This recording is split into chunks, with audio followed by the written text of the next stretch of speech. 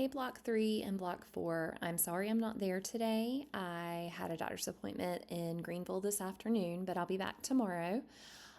So to get us started today, we're going to do a third read of Louis Braille's Gift to the Blind. We read it a couple of times last week, so you can be following along on the screen here, or you can pull your textbook out and follow along in your book while I'm reading here. Louis Braille's Gift to the Blind. On January 4th, 1809, a boy was born in the rural town of Courpeville, France, not far from Paris. He was the youngest child of Simon René and Monique Braille. They named the child Louis.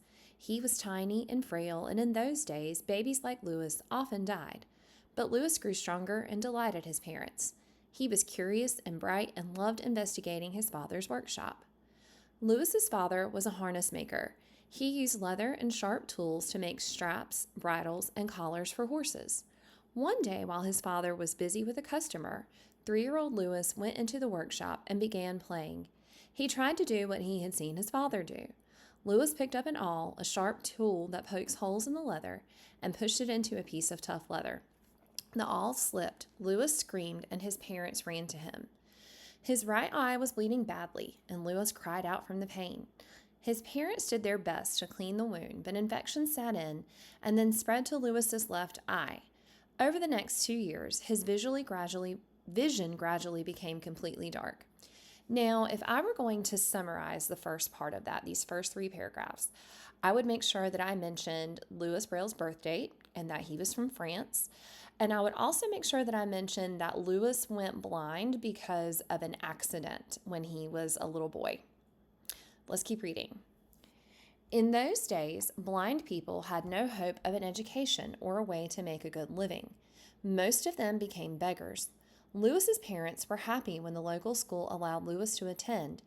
A sighted boy took Louis to and from school every day. The teacher could tell Louis was an intelligent child. However, when the other children were reading and writing, Louis had no way to take part. A local priest and official told Louis's parents about a boarding school in Paris that educated poor blind children, the Royal Institute for Blind Youth. Paris was a 4-hour carriage ride away. If Louis were accepted, he would have to live at the school most of the year. He was only 10 years old. Louis's parents were certain the school was best for their son, so they decided to send him there. On February 15, 1819, Louis and his father boarded a carriage for Paris. So I think probably the most important detail from these 3 paragraphs is that Louis went to the Royal Institute for Blind Youth in Paris. Let's keep reading. The city was so different from Louis's country home. Paris was noisy and smelled terrible. The school building was an old, damp, and cold. At one time, it had been a prison. The students had to climb long, winding staircases to their classes and dormitory rooms. The unsanitary water they used was piped in from the nearby Seine River. Many of the students, including Louis, became ill while they lived there. Even so, Louis did well at the school. The students learned to read by using books with raised or embossed letters they could feel with their fingers. The books were heavy and expensive, and this method of reading was difficult. Writing was not easy to learn either because the students could not see the words they were creating. The school focused on other studies, though. Louis learned geography by touching embossed maps. He could feel mountains, boundaries, rivers, and oceans. Students learned music, too, and practiced on many different instruments. Many students became quite good, including Louis, who excelled at playing the piano and organ. The school also provided training in trades that could help students someday earn a living. These trades included basket weaving, slipper making, knitting, running a printing press, and weaving cane strips to make chair seats. So I think from this page, the major things that I would want to include in a summary would be all of the different things that were available for students to learn at the Royal Institute for the Blind. They tried to learn reading and writing. It was kind of difficult, but there were other things that they taught them about musical instruments. They also taught them different trades so that they could earn a living. Let's keep reading. When Lewis was 12 years old, a man came to his school. Captain Charles Barber had invented a code called night writing for the French military to use to pass messages in the dark.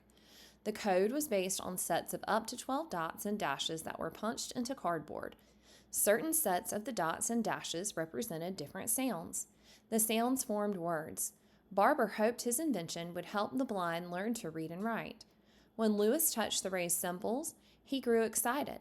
Other students found the system difficult, but for him, this method worked. Lewis practiced reading and writing sentences with his roommate and lifelong friend, Gabriel Gother. They used the tools Barber had introduced, a board with metal strips that lay over a thick paper and a stylus or a pointed stick. Now, this paragraph right here is pretty important because this is when Lewis is introduced to the night writing code that is eventually going to turn into Braille. So the information in this paragraph is very important, and it would be something I would want to include in a summary. Let's keep going. Lewis was thrilled with Barber's code, but he knew it was not perfect. It was too complicated for most blind people to use, mainly because it was based on sounds, not letters. It worked with French, but would not work well in other languages. In addition, Barber's code did not include numbers, punctuation, or musical symbols. Other students gave up on Barber's invention. Lewis would not give up. He was fascinated by the idea of using dots instead of letters to form words. The young boy began to think of ways he could improve the captain's system and started to work on his own design. Soon he was ready to share his ideas and experiments with the school's director, Dr. Andre Pignet. Pignet was impressed with Lewis's efforts. He decided to tell Barber about this young student who was working on his code. Of course, Barber wanted to find out more, so he came to the school to meet with 12-year-old Lewis Braille.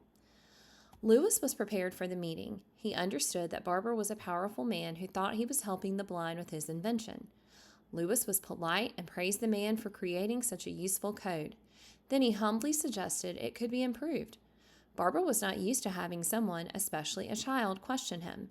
Still, he listened to Lewis's ideas, but remained certain his own method of dots and dashes should not be changed.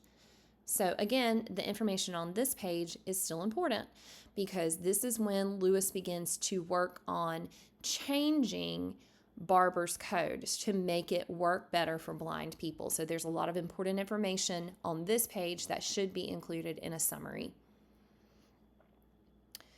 For a while, Lewis kept working on the project, hoping to create a technique that worked better than Barber's system. At night, Gabriel often awoke to the sound of Lewis pushing his stylus through paper. Some nights, Lewis never slept at all. When Lewis returned to his home in Cooper Bay, he took his work with him. On warm summer days, he used a cane to walk the familiar paths around town. Sometimes he sat on a grassy hill, his head bent over a writing board. People passing by remembered the boy and shouted greetings to him. Lewis was a town favorite. At school, Lewis persevered with his studies, excelling at almost everything he did. But nothing satisfied his need to keep trying to improve Barber's code. Lewis was driven to perfect a method that would allow the blind to read and write, to become as literate as people with sight. So this reminds me of when we were talking about last week, the sacrifices that Lewis made, and him working all night. So it wasn't like Braille just happened, one day or one night. Lewis Braille really had to work on it. So that would be information that you needed to include in a summary. Lewis began to grow frustrated with his efforts. Perhaps the methods the school already used were the best ways to teach the blind. When he was losing hope, Lewis found inspiration in another visitor. Long before Lewis was born, a man named Valentine Howie had founded Lewis's school. When Howie had grown older and become blind himself, the school honored him with a concert. The choir sang and the musicians played. Howie spoke to them all. He reminded them that, despite some successes, much more needed to be done to help the blind live better lives. The day of the concert, Lewis met Howie, who took Lewis's hands into his own. At that moment, Lewis felt it was his calling to give the gift of reading and writing to the blind. So this is when he gets frustrated and he goes back and he sees Valentine Howie, who's the man who founded the Royal Institute for the Blind. And seeing him at that concert inspires him. It reminds him of what he's doing and why. Over the next few years, Lewis worked on his new code. In the end, the only similarity between his code and Barber's was the use of dots. Lewis eliminated the dashes because they could be mistaken as two dots. Another difference was that Lewis's code used dots to represent letters, not sounds. He was also able to create codes for numbers, punctuation, and even musical notes. The new code Lewis devised consisted of 2 columns of 3 vertical dots, 6 dots, not 12. One Braille cell looks like this. Finally, Lewis was ready to share his invention with Penier. Lewis wanted to show the director how his code worked, so he prepared an exercise. He asked Penier to read from any book he wanted, to read slowly and distinctly. As the director read aloud, Lewis used his board and stylus to write what he heard. When Penier finished reading, Lewis turned over the paper and ran his fingers across the dots he had made. He read word for word the exact text from Penier's book. Impressed but not convinced, Penier repeated the exercise. Once again, Lewis wrote and read precisely what Penier had read aloud. The director stood up and hugged Lewis. He had done it. So here is when he finally tests out Braille with Penier, and it works. So this is really like the first day that Braille has even really truly been in existence the way that it is now. So that's a pretty important piece of information. The entire school learned Lewis's new code. Students murmured with excitement as they quickly learned to read and write using only 6 little dots. Lewis even invented a new board to make writing easier. It had a slide rule with cutout sections. Students positioned the stylus in the sections to punch dots in the correct places on the paper beneath. Blind people now could write as quickly as sighted people. At 17, Lewis began teaching at the school. He perfected what came to be known as the Braille system, and when he issued a public piece about his method, Lewis thanked everyone who had helped him. He especially named Charles Barber, saying that his invention gave Lewis the idea to begin working on his system. Today, the Braille system is used throughout the world in many languages. Lewis Braille gave the blind exactly what they needed, a way to learn and communicate using the written word.